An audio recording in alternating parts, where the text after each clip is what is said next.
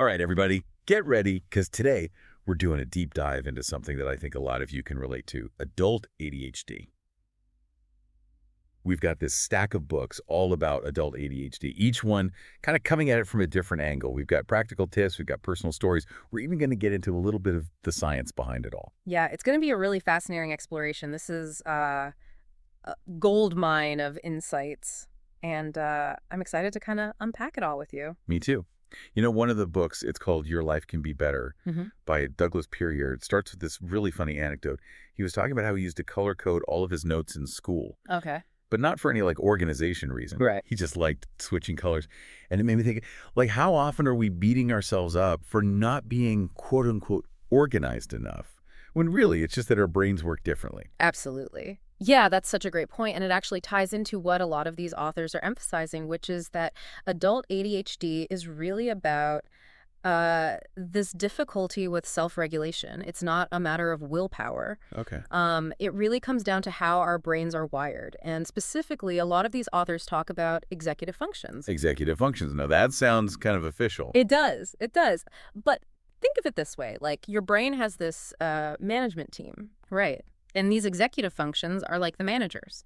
They handle things like planning, organizing, starting tasks, finishing tasks, all of those all those things that, some of us find a little trickier than others. Right. And with ADHD, that management team, they're constantly running a little bit behind. Okay. Maybe taking one too many coffee breaks. So it's not that we're lazy.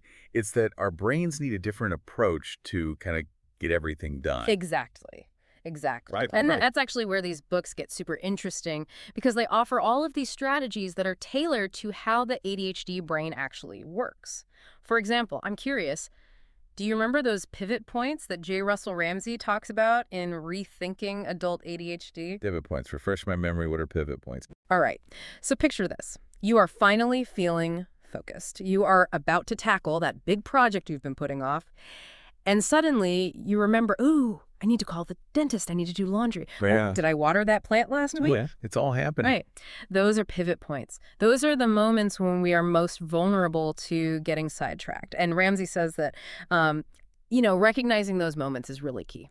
That makes so much sense. It's like my brain sees a tiny opportunity. It's like, let me just throw every single unrelated task possible into this moment. Yes. So how do we fight back? Does he have any suggestions, Ramsay? He does. He does. And one of his big things is actually about utilizing those pivot points to your advantage. So let's say hypothetically that your pivot point is always that moment when you sit down to work on something challenging. Right.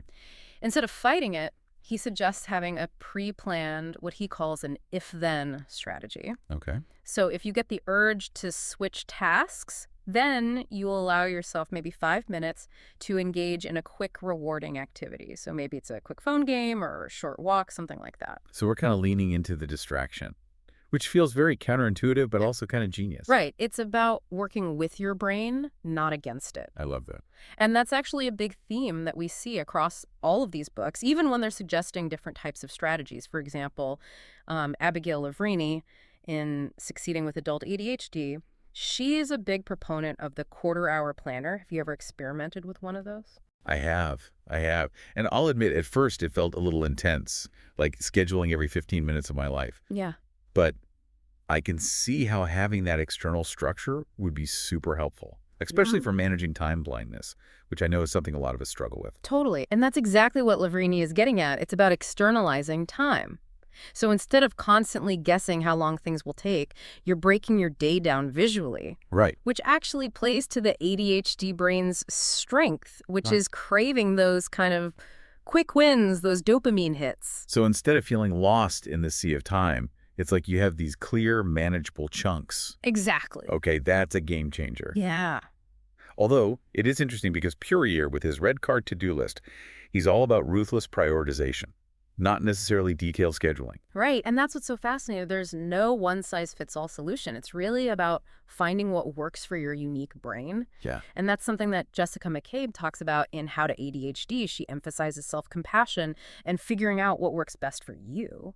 It's like she's giving us permission to ditch the shame that comes with not fitting into that, like, perfect productivity molds. Exactly, exactly. And that's where we get into the really juicy stuff, because it's not just about external systems, it's about how we think about our ADHD. And it feels like there's so much like guilt and shame around ADHD, especially when those external systems like don't magically fix everything. We need tools for our minds too, right? Right. Absolutely. And a lot of these books, they really dive into that internal landscape as well. And one of the most powerful tools that they highlight is cognitive behavioral therapy, CBT. Are you familiar with CBT? I've definitely heard of it, but I've always thought of it more for like anxiety or depression. How does it work for ADHD? That's a really common misconception. So remember how we were talking about those executive functions, that brain management team? Yeah. Well, sometimes those managers, they have a serious case of negative self-talk. Okay. And so CBT helps to kind of retrain those managers. It challenges those thoughts that say things like, oh, I'm not good enough, or I'll never get organized. So it's not just about changing behavior, it's about changing the way that we think about our ADHD. You got it.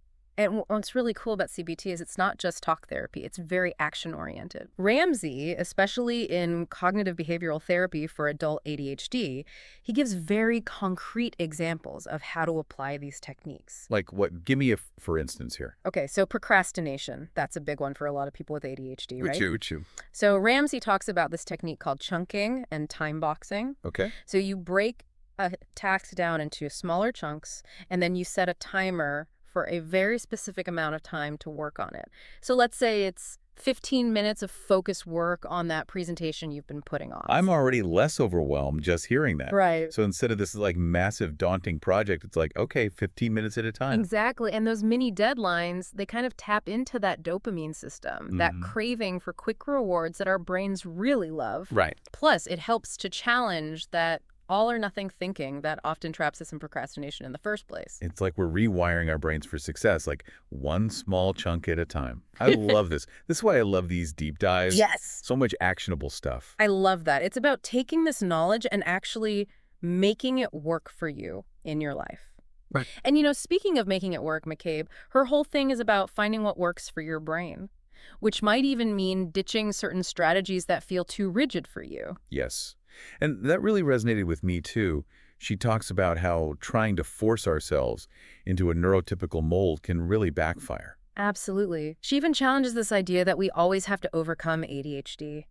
What if we found ways to work with those unique ways that our brains function? Like that laundry basket filing system she talks about. Yeah. So brilliant. Exactly. Like, hey, I'm going to have piles anyway. Right. Might as well make them work for me. It's about self-compassion. It's about humor. Because let's be honest, ADHD can be kind of funny sometimes. Oh, 100%. In a, did I just put the milk in the pantry kind of way? Okay, that is me some mornings. But seriously, that ability to laugh at ourselves, it feels crucial. It's huge because perfectionism, that is a trap. Yeah. Especially with ADHD. We set these impossible standards for ourselves, and then we beat ourselves up when we inevitably fall short. So true. Which brings me back to that internal stuff we were talking about. Yeah. Because even with the best strategies, we're human. We're going to have bad days. We're going to get overwhelmed. That's where self-compassion comes in, right? Yep. It's like we need a whole other toolkit for those moments. Right. Like when it all feels like too much. And I know the book's touched on mindfulness a bit, but I'm curious to go a little deeper there. What are your thoughts? Yeah, absolutely. Mindfulness can be such a game changer. It's almost like a secret weapon for those internal struggles. Okay. And it's really about tuning into the present moment. So, what are you feeling? What sensations are you noticing? And here's the key. No judgment, just observation. Well, I like that. So instead of getting like swept away in that ADHD current of thoughts, it's about pausing and noticing those thoughts without getting like totally caught up in them. Exactly, exactly. And the research actually shows that this isn't just some, woo-woo concept. Mindfulness actually strengthens those executive functions that we were talking about earlier. Attention, working memory, emotional regulation. It's like building mental muscle. It's huge. Yeah. And, I was reading that McCabe, she even uses mindfulness to help manage sensory overload, which I know can be a really big challenge for some people with ADHD. Absolutely. If, like, loud noises or bright lights easily overwhelm you, mindfulness can help you kind of build up your tolerance over time. Yeah, absolutely. And, it ties back into what we were talking about earlier about self-compassion. Because mindfulness is also about cultivating kindness towards ourselves. So we're acknowledging those struggles, but without the self-judgment. It's like saying, hey, it's okay to be right here in this moment, even if it's messy. It's about meeting ourselves where we are, Yes. ADHD and all, Yeah. not where we think we should be. Exactly. Exactly. And, from that place of acceptance, that's where real change can happen. It's not about, berating ourselves into productivity. It's about working with our brain's quirks and all. So if we're trying to put together like a holistic approach to adult ADHD, it's about combining those practical strategies like the quarter-hour planner or the red card method Yeah. with the kind of mental tools like CBT and mindfulness. Yeah. It's about kind of supporting ourselves from the inside out. Love that. That's a great way to put it. And I think the biggest takeaway here is remembering that, what works for one person might not work for another. Maybe you thrive on a super detailed schedule, or maybe, like McCabe, you need a laundry basket filing system and the freedom to move around. Right? It's about giving ourselves permission to experiment, to find what truly works, and to not put so much pressure on ourselves to, like, fit into this predefined box. Exactly. And to celebrate those victories, no matter how small. Yes. Love it. Finished a task you were putting off, that's a win. Huge. Managed to get out the door on time, high five. Love that. And I think that's a perfect note to end on. It's a journey. It's not a race. And, there will be challenges, but there's also so much potential to unlock. Beautifully said. And remember, you are not alone on this journey. Connect with others who get it. Share your experiences. And know that with the right tools and a healthy dose of self-compassion, you can create a life that is both fulfilling and authentically you. Couldn't agree more. And to everyone listening, thank you so much for joining us on this deep dive. We'll be back next time with a brand new topic to explore. Until then, keep those brains curious and those hearts open.